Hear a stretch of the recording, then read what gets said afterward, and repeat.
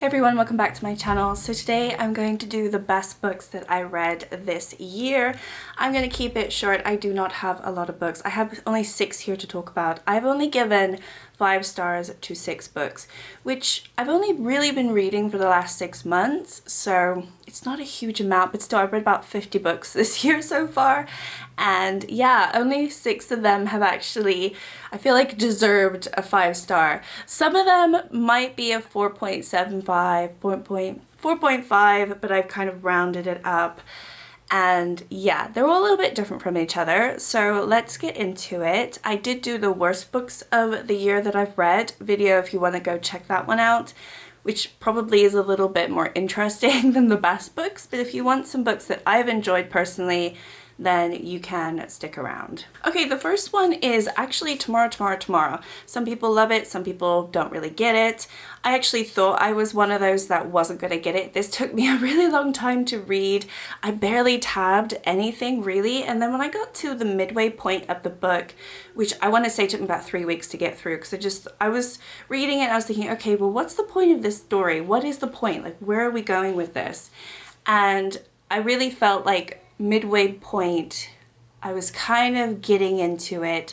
I was kind of understanding what the book was trying to do, looking at the friendships, and I got sucked in. So this, and it even says it in the back, this is a story about Sam and Sadie, but there is a third person in the book as well who is very relevant and very prominent in the story and what happens and whatnot. So I do feel like, you know, he ought to be credited as well. But anyway, it is a story about Sam and Sadie and their friendship. It is not a love story, but it is a story about love. That's basically what it says in the back. And while I was reading this, I thought, oh, this is just going to be a romance. They're going to get together, blah, blah, blah. And you know what? This book was very poignant. It kind of went into deep, sad points in life that you go through, or to be fair, there's a big tragedy in this book as well, and I was not expecting that. And I really liked the ending of this. I really liked the ending because there was no ending. You know what I mean? I feel like life doesn't end, obviously, until you die, right? So I feel like there wasn't an ending to this book that probably some people found to be maybe not enjoyable because it didn't tie anything together. It was like, well, what's the point of the book and everything? But I think the whole point of the book was, you know, you go through life and some people have a childhood friend, somebody that they've known their whole life, and you do change as a person throughout your life, and you're not always the same person, and it's absolutely fine. But you can still have love for people that you have known for majority of your life, and you really know them to their core, regardless if they are quite different to how they used to be. And I did talk about this a little bit more in other videos when I read it, and I think I did a vlog on it or something, or like a wrap up, and I spoke about this in my maybe September wrap up. So if you want a little bit more on that, then go check it out. But I gave this a 5 star. I do think that it surprised me. Midway through, I was like, okay, I'm finally getting this book. And I know some people found it boring, some people didn't get it, but I actually really enjoyed it, and maybe it's also because there's a little bit of nostalgia there. It is based in, you know, like 90s kids, and, you know, I am very much a millennial, so I liked a lot of the references and the gaming references because I'm a gamer too, and I do PC gaming and console, and so I liked that aspect. You don't necessarily need to know about any of that to enjoy the book, but it definitely added an extra dimension. And then there's one chapter in the story where it's so bizarre. Like, when you start reading, you're like, what is going on? This is so bizarre. And the book really like twists and changes, and then there's some really heartbreaking chapters as well. It's very good. It does take a while to get off though, to actually I would say give it a chance. If you haven't read it, give it a chance. But don't DNF it after like 30, 40 pages, because then you'll just never appreciate the book. You do need to kind of invest in it to appreciate it. So I really enjoyed that book, and that's my first one that I'm going to be talking about. This is in no particular order, by the way, because I've already started and they are not in order. The next one is controversial because this author is somebody you either love or you hate, from what I have gathered. And this particular series is a series that you either love or you hate and you trash on. So regardless of that, this is one of my favorite books that I read this year. Take that what you will. But I have A Court of Mist and Fury. From what I can see, this is a lot of people's favorite book in the ACOTAR series anyway by Sarah J Maas. And this is the second book. And it really does kind of shift to the story in this book.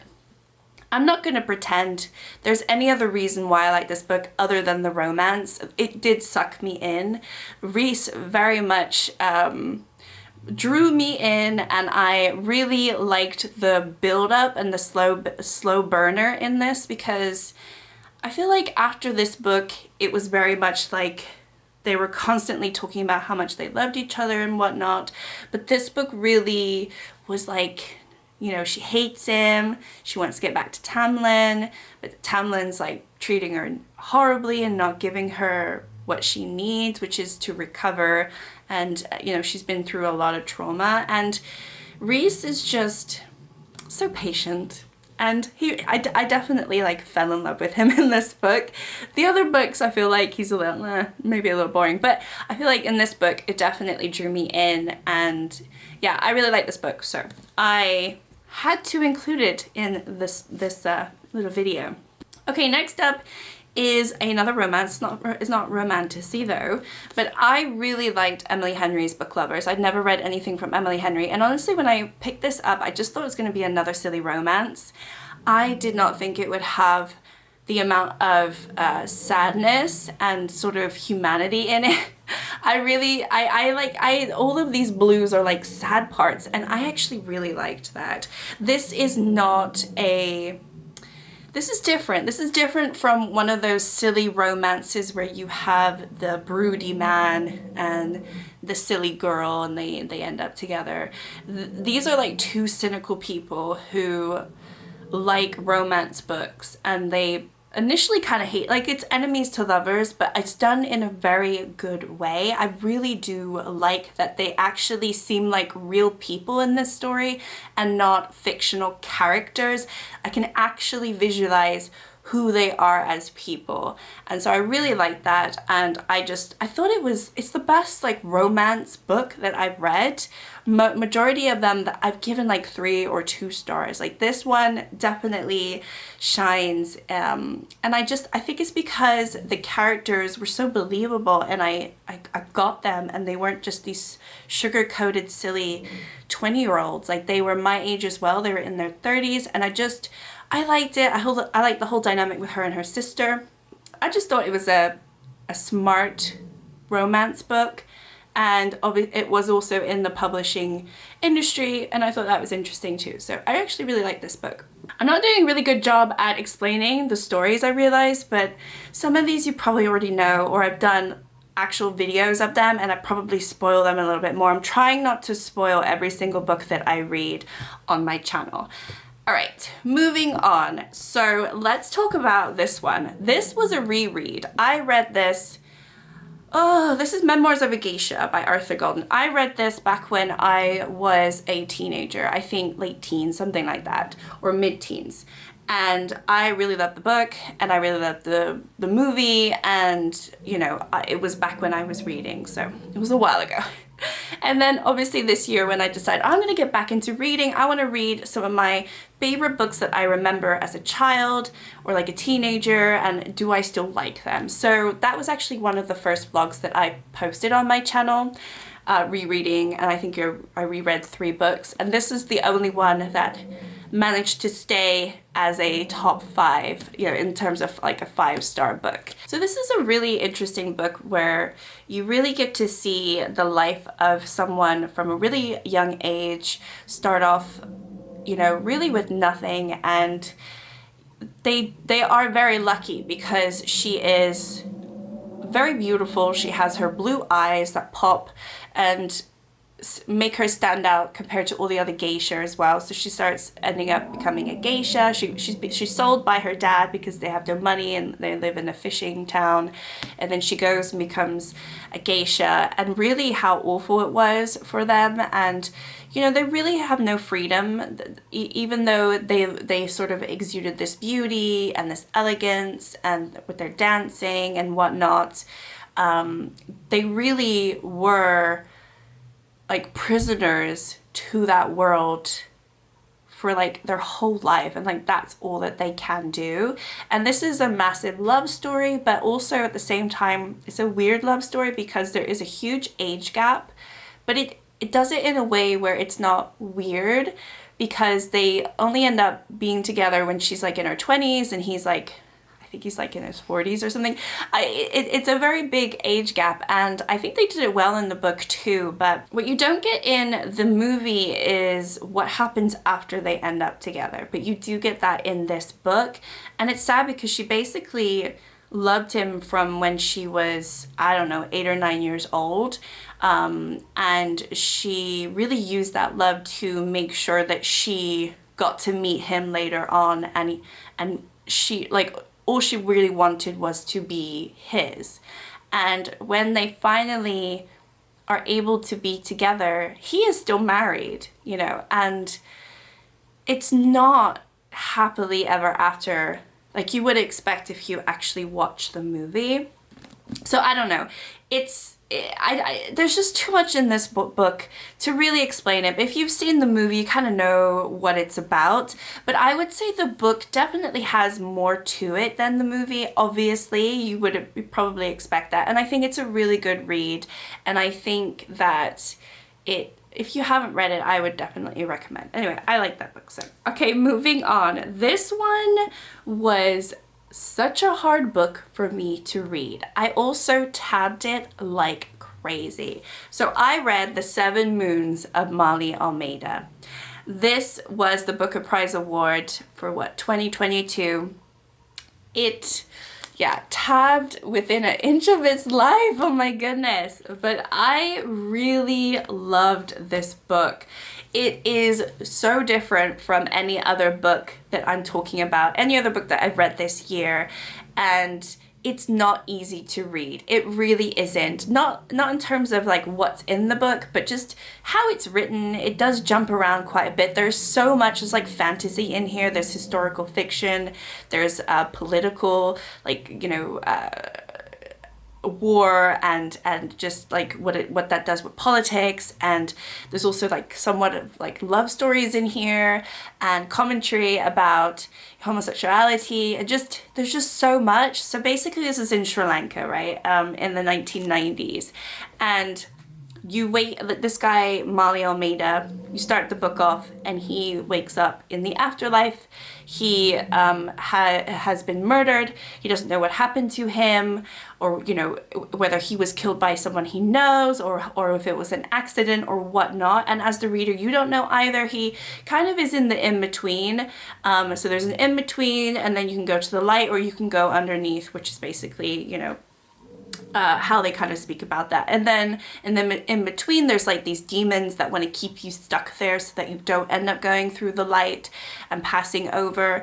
And he has 7 days, 7 moons to sort of get his affairs in order before he passes through the light. Otherwise, he'll miss his opportunity to do so.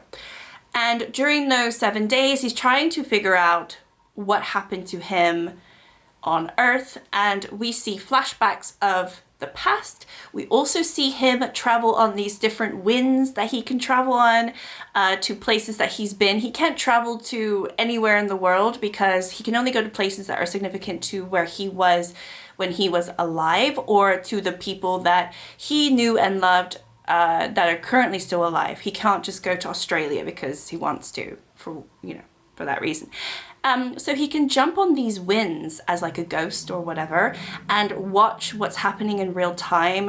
And so he does that a lot. We're watching his roommates, and we're also watching, you know, these generals and figuring out what's going on. He was a war journalist, so he took a lot of photos of the war basically, and there's this whole sort of other story about trying to cover up or trying to find where he has the pictures of all of the war crimes that he has evidence of and whatnot. There's just so much in this book. It is really, really, really interesting. On top of that, he is also gay, and it is incredibly dangerous for gay men in the 1990s in Sri Lanka to be gay. So there's that whole other layer of, well, what did that happen because of that? Did it have anything to do with the war, or was it something else? Was it someone that, like, he, you know, was it a ex-lover? Or I found myself just having so much fun. I haven't tabbed another book like this in a while, and I think I would definitely reread this. I think this is one that I would take pleasure in rereading and actually marking up, because it was a lot of fun to read, but it did take me a while to get through, just because I was tabbing so much and I was like really like into it. And I don't know, I don't know who I would recommend this to, because if you don't like historical fiction, if you know, but there is supernatural elements in here, and there's like some horror elements as well. So, you know, this has so many different themes running through it, but it is pretty much a political historical fiction book with the supernatural element of the fact that he is dead and he has 7 moons to figure out what happened to him, basically. The only criticism I had of this book was the ending. I wasn't a huge fan of the last chapter, but that's fine. I've basically forgiven it, and I still think it is by far one of the best books that I've read in my life, as well as obviously this year. So I had to include it in this list. Okay, and the 6th one that I'm going to talk about is a recent one, and it is Emily Wilde's Encyclopedia of Fairies. I did speak about this in my, I think it was my November wrap-up, and this is another one where I wasn't sure about it at first. The first like third of the book, I was thinking, I don't think this is really for me. This cozy vibe and the way it's written, the prose, it was just a little bit off-putting. But once I got into it, and Wendell was in the story, it was just so charming and so sweet, and I really loved it. And it, you know, it's not a book where there's a lot of action. There's like no action. Well, there's a little bit at the end, but there's hardly anything. The story is just basically Emily, who is building an encyclopedia of fairies, and she goes and travels to this place where they have lots of fairies in the woods and stuff, and she's trying to document all the different fairies that the villagers have encountered or have within their area. And Wendell is a colleague of hers, technically kind of more senior to her in a way, but they both work at, I think it's Cambridge. I think it was Cambridge. And they, you know, they're colleagues, and he is just so charming, but so annoying. You know, I can really see, like, I really love their dynamic, because he is very annoying. He's kind of flippant, and he's like, oh, you know, and she's very, organized and just, you know, no, we've got to do it this way, and I you know, she likes her schedule and stuff, and she's not very sociable. So, and he's the complete opposite of that, and I like their dynamic. I thought it was very nice and very, very cute, cozy vibe. This was just the cutest little book, and, you know, the ending is a little, like what happens towards the end, I felt like was a little silly, but by that point I didn't mind, because I was like, oh, this is just enjoyable, I don't mind. But, you know, when you actually kind of look at it objectively, it was a little silly at the end. But yeah, definitely will be reading the second book. I especially if we follow Wendell and Emily in the same sort of way, I think it would be really enjoyable. I'm hoping it won't let me down, but yeah, I really like this book, and it was another surprise for me. I started reading it and I thought, oh my gosh, it's gonna be like 3-star, or maybe I was thinking I can't even finish this book, but it definitely pulled me in. And yeah, that is it. Those are all the best books that I read this year. Oh, actually there are 7 books, because I completely forgot that I have rated one audiobook a 5-star this year, which is None of This Is True by Lisa Jewell. Now, I rated it a 5-star, because I don't typically like thriller books. I typically rate them very low. I find them just like easy to read but not very interesting or not very original, and I just feel like, I think because I listened to that on the Audible production, it was so stylized. It was like listening to a movie play out, and I could really visualize everything, and I did enjoy the book. But I will say, I don't think I can categorize it as one of my favorite books this year, even though I gave it a 5-star. I think the rating on that is inflated because I really just don't have any other thriller books that I like. I've read a few others and I've DNF'd them, or I've given them like 2 stars, and that's it. So I think ultimately, if I read more books that were in that genre, I would probably give that a 4-star. But because I haven't, I've ended up giving it a 5-star. I think it's still a good book, but I don't personally read that much from that genre. So yeah, that's why I rated it there. But otherwise, all of these other books, they all have like, there is like love involved or some romance. Tomorrow, not so much, but it is more of a friendship love, and I really, you know, it definitely pulled at my heartstrings, that book. But otherwise, all of these, and also The 7 Moons of Molly Almeida, I just thought that was so interesting. Not really so much about love, but I just thought it was really interesting. And at the ending, I know I said I didn't like the last chapter, but just before that, I did have tears in my eyes. So they all just like did something to me, you know, in terms of like pulling my heart, or like making me cry, or making me swoon over some characters. And that's what I want from books. I want books to make me feel something. I just have read so much crap this year, and I really hope that 2024, it's hard because yeah, I like romance, but then I read some romance books and they're just so bad.